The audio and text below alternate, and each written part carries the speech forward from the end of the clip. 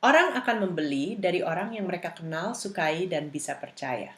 Nah, orang sales biasanya motivasinya uang. Tapi kita harus sadar bahwa uang itu hanya alat tukar-menukar. Pertanyaan saya, kalau Anda mengharapkan orang memberikan uangnya ke Anda, apa yang Anda akan tukarkan sebagai nilai? Banyak orang yang menipu untuk mendapatkan uang, tapi saya yakin Anda bukan orang yang seperti itu. Yang saya yakini adalah orang sales yang hebat mulai dengan niat untuk membantu dan melayani prospeknya. Bantu mereka mendapatkan solusi dari masalah mereka. Makanya, definisi sales menurut Action Coach adalah professionally helping other people to buy. Dan kita membantu dengan menambahkan nilai kepada orang lain.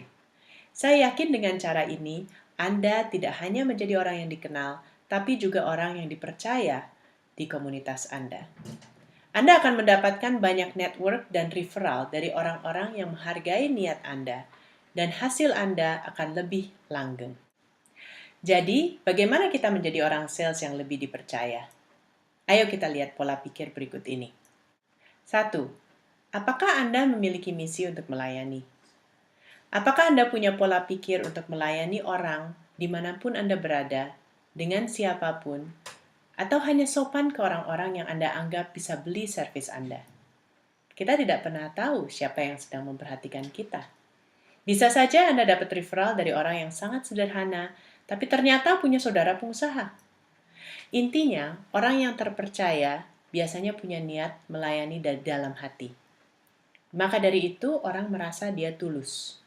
Kalau saya ingatkan lagi ke Anda, kenapa ACSJ didirikan?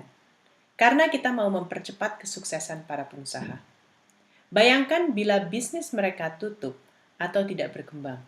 Artinya lapangan kerja dan kebahagiaan keluarga mereka juga terancam. Inilah misi kita untuk melayani. Kedua, mereka pastikan janjinya terpenuhi. Artinya orang sales yang terpercaya tidak akan pernah membuat janji yang gombal hanya demi mendapatkan sale. Apalagi kalau orang lain yang dilibatkan untuk memenuhi janji itu. Dan apapun yang Anda janjikan, Anda harus punya sistem untuk mengingatkan dan memfollow up. Biasanya prospek akan menilai Anda dari hal-hal seperti ini.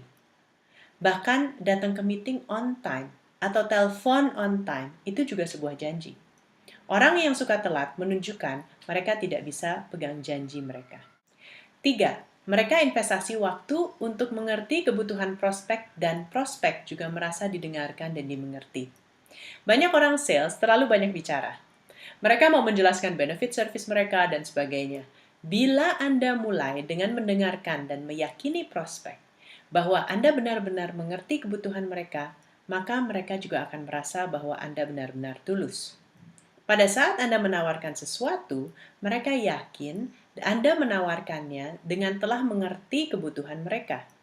Orang sales yang senang bicara merasa semakin mereka bicara, semakin kelihatan kompeten. Ingat, orang itu akan lebih tertarik untuk bicara tentang diri sendiri daripada mendengarkan teori dan benefit dari orang lain. Maka dari itu, di Action Coach System, kita diajarkan untuk bertanya sampai akhirnya mereka yang bertanya kembali ke kita. Pas mereka bertanya kembali, kita boleh jawab. Itu pun harus lihat bahasa tubuh. Orang Indonesia itu sopan loh. Mereka mungkin senyum-senyum, tapi matanya sudah mulai nggak fokus. Artinya, Anda sudah membosankan. Kembali lagi bertanya. Banyak training sales mengajarkan bagaimana handling objections, cara menghandle keraguan prospek. Tapi di Action Coach, kita diajarkan bagaimana untuk mencegah keraguan. Dengan mengerti secara dalam dan mendengarkan prospek, mereka tidak akan ragu lagi bahwa apa yang Anda tawarkan cocok untuk dia. Keempat, orang sales yang hebat harus membeli nilai tambah biarpun mereka tidak sedang berjualan. Bila Anda secara natural suka membantu orang, Anda sudah lebih unggul dari banyak orang sales. Saya masih ingat di tahun 2001, saya jualan pembersih untuk hotel dan restoran di negara-negara di Asia. Pada saat itu ada penyakit SARS yang menyerang. Bisnis turun secara drastis. Banyak turis yang pulang ke negaranya dan hotel kosong melompong. Penjualan saya turun juga. Dan saya tidak bisa jualan apa-apa. Ketemu klien pun tidak boleh karena takut ketularan. Jadi saya mulai tulis tips untuk kebersihan yang saya kirim ke semua klien saya lewat email. Ternyata beberapa dari mereka memasang tips itu di tempat karyawan sebagai alat training. Mereka sangat menghargai itu.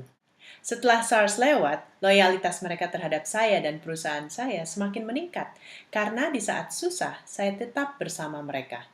Bukan hanya di saat mereka mau beli. Mungkin prospek Anda belum siap membuat keputusan. Apa nilai tambah yang Anda akan terus berikan untuk tetap keep in touch dan membuat mereka merasa bahwa Anda tetap peduli?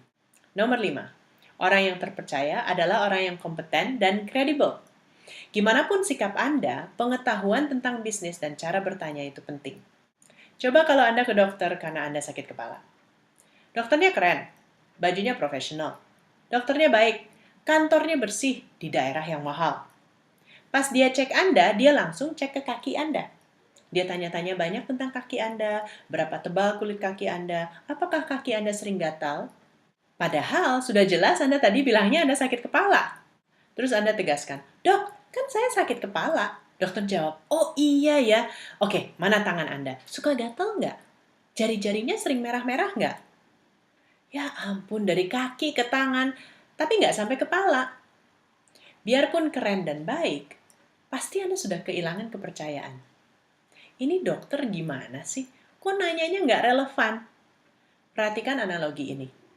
Pada saat di klinik dokter, biasanya dokter pintar bertanya. Jarang dia benar-benar menjelaskan segala detail tentang penyakitnya. Kita sudah percaya dia karena pertanyaannya tepat. Bahkan tanpa dijelaskan terlalu detail, kita sudah mau beli dan minum obatnya. Sama dengan di bisnis ini. Kualitas pertanyaan Anda menunjukkan bahwa Anda tahu bisnis. Anda tahu apa yang harus ditanya bila prospek ada sebuah keluhan. Kalau mereka mengeluh kurang profit terus dan tanya-tanya tentang sistem untuk managing supplier mereka, agak nggak nyambung atau agak jauh. Kalau Anda merasa prospek frustrasi dengan Anda, cek kualitas pertanyaan Anda. Pastikan Anda tahu bisnis juga sedikit-sedikit. Bila tidak, jangan sok tahu. Gunakan pertanyaan yang lebih general tentang keinginan dia, kesulitan dia, dampaknya terhadap bisnis dan hidup pribadi, keterbukaan dia untuk belajar lagi. Cukup, biar coach yang gali teknisnya. Orang sales yang terlalu banyak detail menanyakan teknis bisnis biasanya membuka diri untuk ditembak pertanyaan-pertanyaan dari prospek yang akhirnya membuat dia gugup dan ketahuan hanya sok tahu. Mendingan pelajari skrip yang ada di ACSJ dan tetaplah dengan itu. Coach yang kompeten tentang bisnis, Anda kompeten untuk menggali kebutuhan dan kemauan orang untuk melangkah berikutnya. 6. Orang yang dipercaya mendapatkan banyak testimoni dari orang lain. Anda semua bisa buka account LinkedIn. Saya rekomen Anda buka dan Anda mulai connect dengan klien dan prospek Anda. Bila mereka suka dengan Anda, minta mereka tulis sebuah testimoni. Mungkin tentang follow-up Anda, kesopanan Anda, profesionalisme Anda. Jadi kalau Anda bertemu dengan prospek lain, Anda bisa menggunakan testimoni tersebut untuk meyakinkan bahwa Anda adalah orang yang dipercaya orang lain. Selain percaya dengan action coach, prospek harus pertama percaya kepada Anda. Kalau Anda mau lihat, silakan search nama saya di LinkedIn dan Anda akan melihat testimoni-testimoni saya. Kita di bisnis ini akan banyak membantu orang bila kita dipercaya. Sebelum Anda memburu ilmu dan strategi tentang sales, silakan berintrospeksi. Apakah selama ini Anda memancarkan energi yang membuat orang nyaman untuk percaya dengan Anda? Ataukah Anda terlalu asik dengan diri Anda, cerita Anda sendiri, sampai Anda lupa tentang orang lain? Sukses bukan dikejar, tapi ditarik. Kita menarik sukses dengan menjadi orang yang dengan sikap jujur, melayani, terpercaya. Anda akan menjadi magnet yang dipercaya orang-orang yang mau meningkatkan bisnisnya, dan dengan demikian Anda akan mencapai sukses. Silakan. Tulis 5 ilham tentang membangun reputasi yang bisa dipercaya. Matikan dulu video ini dan tuliskan 5 ilham Anda di kertas.